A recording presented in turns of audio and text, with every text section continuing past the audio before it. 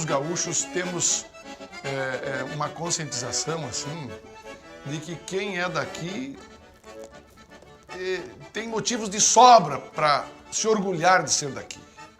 Então, quando um artista vira nome nacional e não leva na sua bagagem, no seu argumento, no seu dia a dia, os caracteres da sua terra, se orgulha em dizer que é daqui, a gente fica meio olhando o cara de atravessado. Ah, esse cara aí não é o gaúcho que nós imaginávamos que fosse, sabe? A gente estranha esse tipo de coisa, assim. Porque nós somos bairristas e temos muito motivo para isso, né? O nosso estado é muito lindo, é bonito, a gente é boa. A rigor, se fôssemos um país, seríamos um país maravilhoso, o Rio Grande sozinho, né? Mas nós teimamos historicamente em ser brasileiros.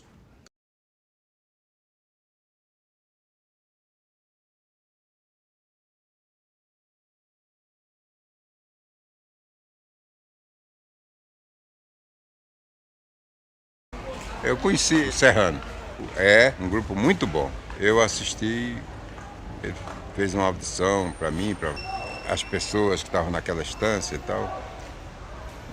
Uma forma bonita de tocar, tocando moderno, bonito mesmo. Então eu fiquei impressionado e até dei uma bronca em Valdondo, porque o Valdondo saiu na hora que ele começou a tocar. Eu dei uma bronca nele, porque ele disse, rapaz, você não devia fazer isso.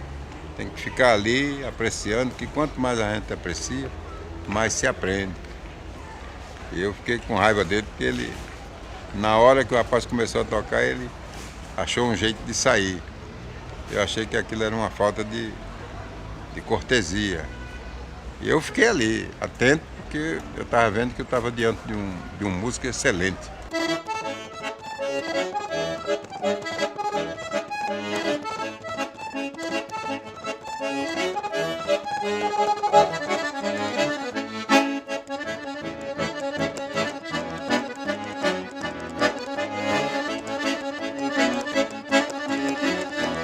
Edson Dutra, grande acordeonista, criador do grupo Os Serranos, uma figura extraordinária que embranqueceu os cabelos tocando seu acordeão.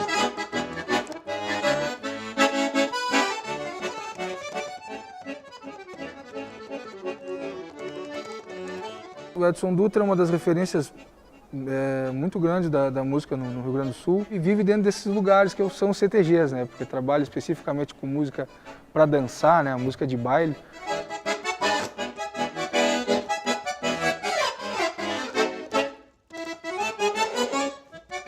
O Edson tem esse lado bem gauchesco, bem Bertucci. É dos acordeonistas que toca mais certa música Bertucci, é o Edson Dutra.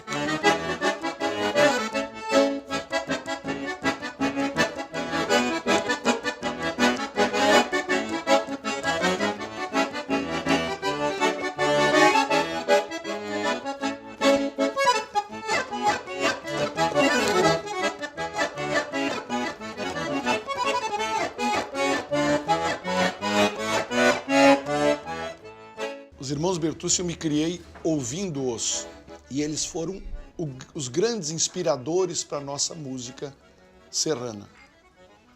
E os Serranos foi criado, a dupla foi criada em cima e tendo por norte o que os Bertucci faziam. Tanto que o nosso primeiro baile, Frutuoso Araújo e eu, tínhamos 33 músicas no repertório, terminava a 33ª, nós começávamos na primeira de novo. Dessas 33, eu acredito que umas 25 eram dos irmãos Bertucci.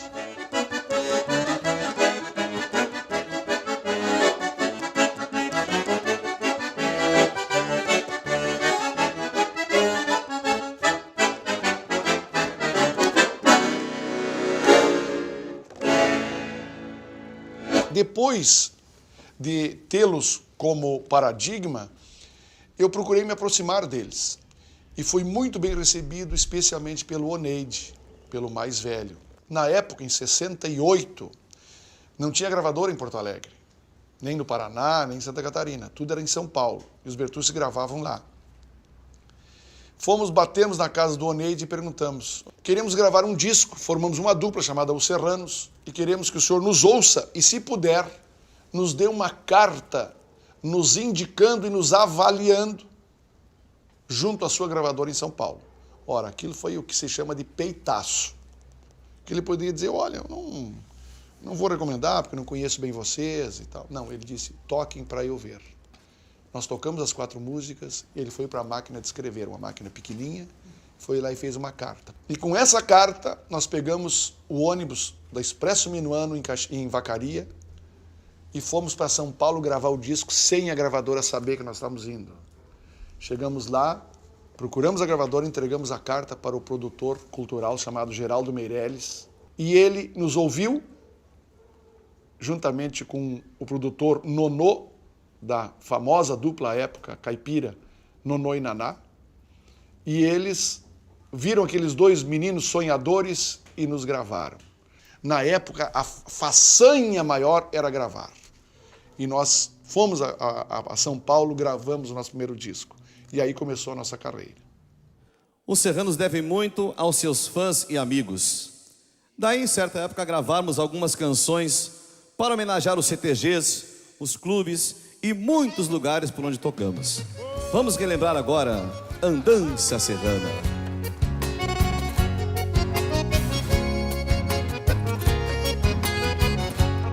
Nessas andanças de tropeiro de cultura e dos costumes da nossa terra sulista, tenho levado bem distante essa mensagem, valorizar a música regionalista. E nesse tempo em que eu toco fandango, já muita coisa aprendi, posso dizer que não adianta, pois não tem nada igual do que um fandango animado em CTG. Que não adianta, pois não tem nada igual do que um fandango animado em CTG. E é coisa bem linda, moçada.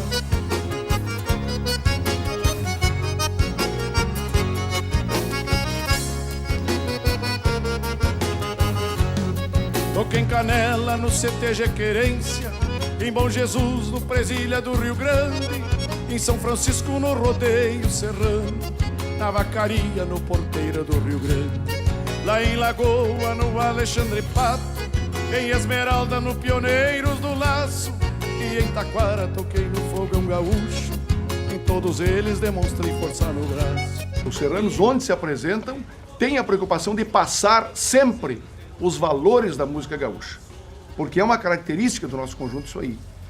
E os serranos têm uma grande gama de fãs e admiradores justamente por isso, porque evolui, mas sempre tu percebe que ali tem a preocupação de nós representarmos as tradições do nosso Rio Grande do Sul. Bento Gonçalves, em Santiago, lá no Coxilha de Ronda, na Zona Sul eu não esqueço Lila Alves, lá em Pelotas, da querida União Gaúcha, Piratini, lá no 20 de setembro, lá em Erval, no CTG Minuano, e em Canguçu do Sinuelo ainda me lembro.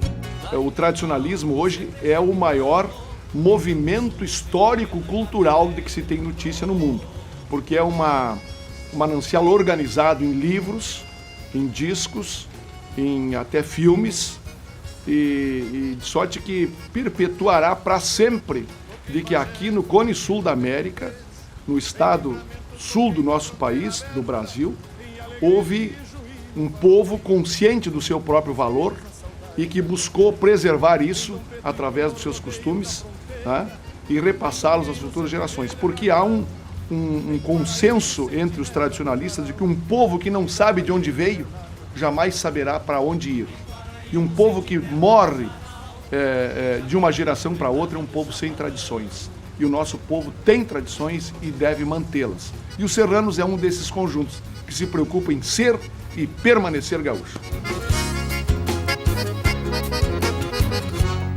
Na boa terra de Santa Catarina, que bem recebe o gaúcho rio-grandense, toquei em Lages, lá no Planalto Lajeano, em São Joaquim, no Minuano catarinense.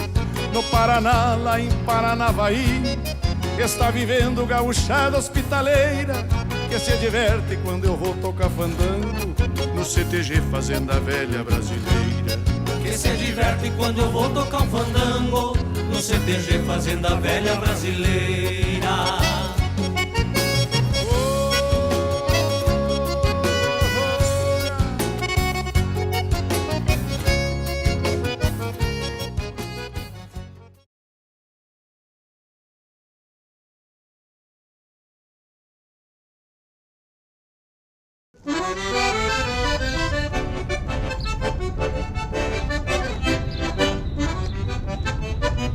Moro em Porto Alegre desde 67, quando vim de Bom Jesus, com 15 anos.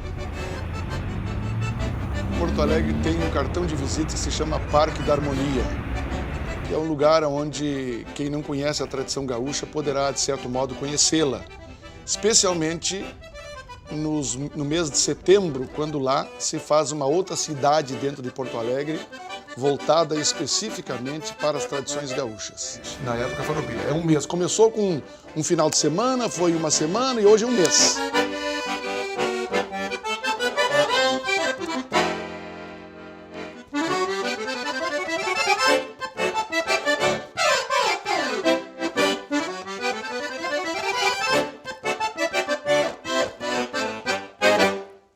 Temos uma influência muito grande num ritmo que nós temos que é pertinente à música gaúcha, que, segundo também as pesquisas, ele é originalmente aqui do Rio Grande do Sul, que é o bugio, que é uma imitação do roncar do bicho, do macaco pampiano, e que normalmente em dias de chuva ele fica roncando lá na mata, de um jeito muito característico.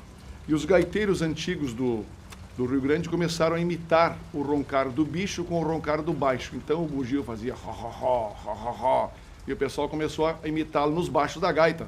Ho, ho, ho, ho, ho, ho, ho, ho, ho.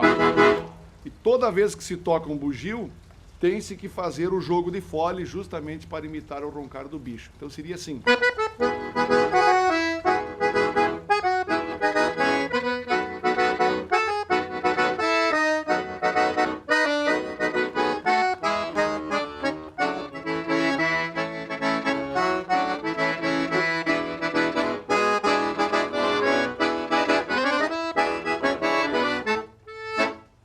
Esse é o bugio. E da forma com que o bugio caminhava, raramente caminha no chão, mas nos galhos dos pinheiros, de lado, caminhando desse jeito assim, a gauchada começou a imitar o bugio na dança. Então seria...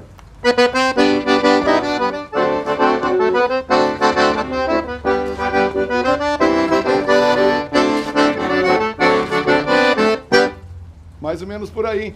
E aí surgiram então os fandangos de galpão, os fandangos de chão batido, e aí começou a música gaúcha a ter uma personalidade própria.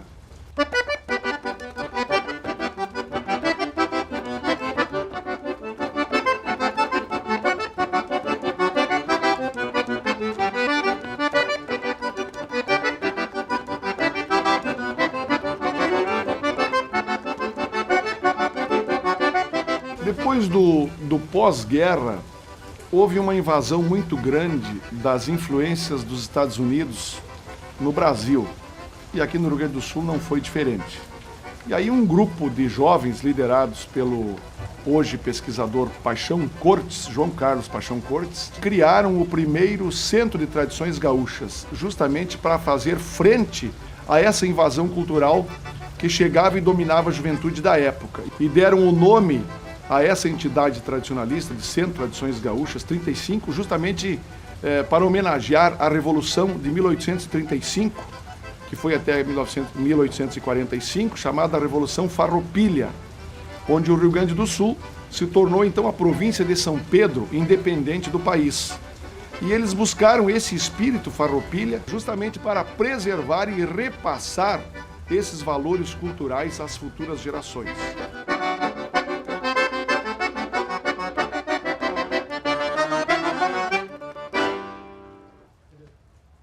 Essa é a vaneira.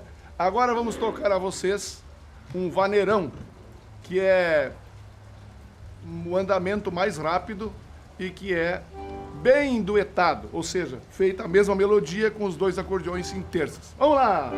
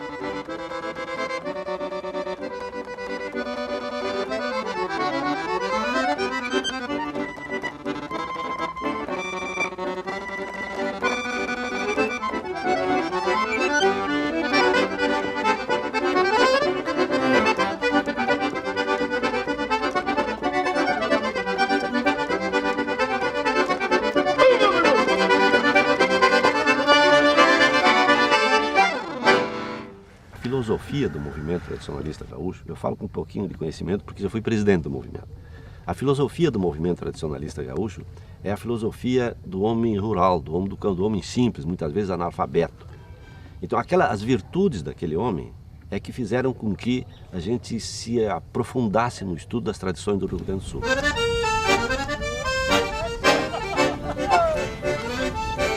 Para nós aqui que estamos na fronteira, né, a gente tem essa mistura aí, então, de tocar chamamé por causa da influência da Argentina, do Uruguai. Então, por isso a gente tem esse estilo mais, como é que eu vou te dizer, mais rude, assim, mais bagual, né, de tocar a música gaúcha.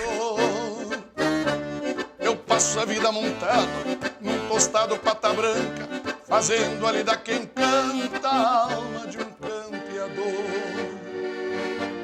Me agrada saltar cedito pra cevar meu chimarrão, todo índio de galpão carrega esse mandamento. Nós temos, pela proximidade geográfica aí com os países do Prata, uma influência muito grande na nossa música regionalista gaúcha. A milonga é um ritmo extremamente tocado no Rio Grande do Sul, especialmente nos festivais. Sua origem é argentina, né? Então, teve a influência do Uruguai, algumas coisas em termos de percussão, do candombe uruguaio. Você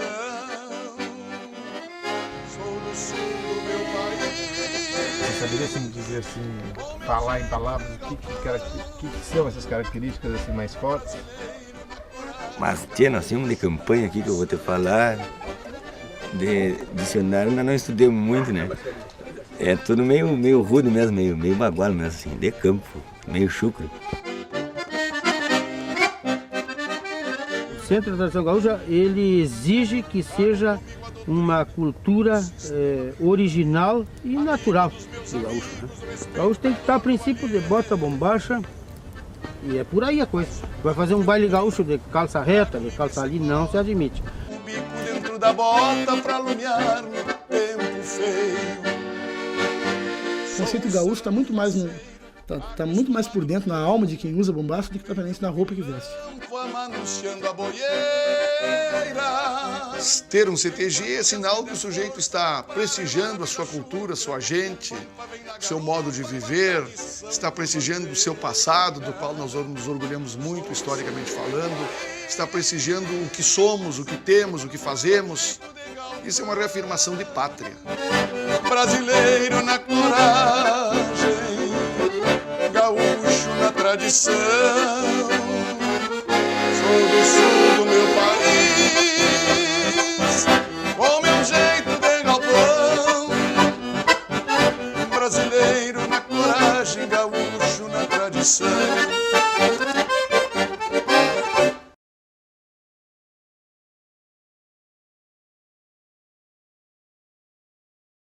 Rio Grande do Sul,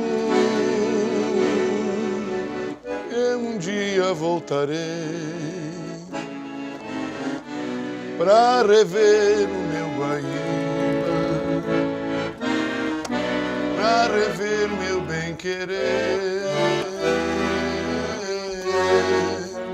E depois, se ela ainda quiser, só nós dois a cantar e a sorrir. Rio Grande do Sul, vou chorar ao partir.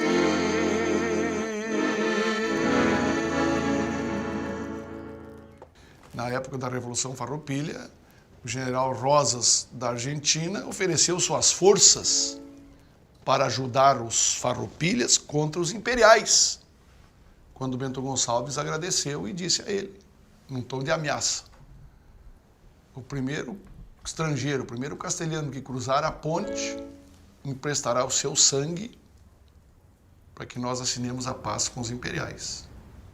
Ou seja, isso é uma briga nossa. Nós lutávamos aqui na Revolução Farroupilha por igualdade entre as províncias. E eles lutavam contra o poder central, que era o poder do Império, capitaneado por Dom Pedro, né? Essa luta não era separatista? Chegou a ser separatista porque eles queriam igualdade. Aquilo que servia para as outras províncias não servia para o Rio Grande do Sul. Tudo que vinha para cá, na época não era o Rio Grande do Sul, era a província de São Pedro, tudo que vinha de exigência do Império era para nos explorar, tanto que o nosso charque era sobretaxado em relação aos outros charques das outras províncias. A economia era baseada quase nisso, só. Então, só tiravam riquezas daqui e não investiam na nossa província. E aí foi dado foi feito um levante contra isso, até se chegar às armas, porque diante dos argumentos não se conseguia nada.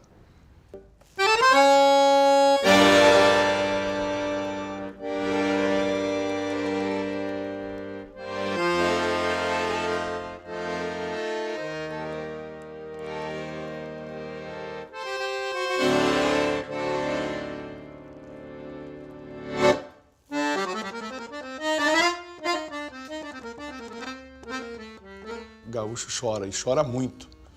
Claro que o choro não é de se assustar da peleia, de se assustar de qualquer luta, porque o gaúcho é um homem forte. Mas o gaúcho chora de emoção pela sua terra, pela sua gente, pela sua história, pelo seu passado, por tudo aquilo que realmente o faz ser o dono das coxilhas e um brasileiro por opção.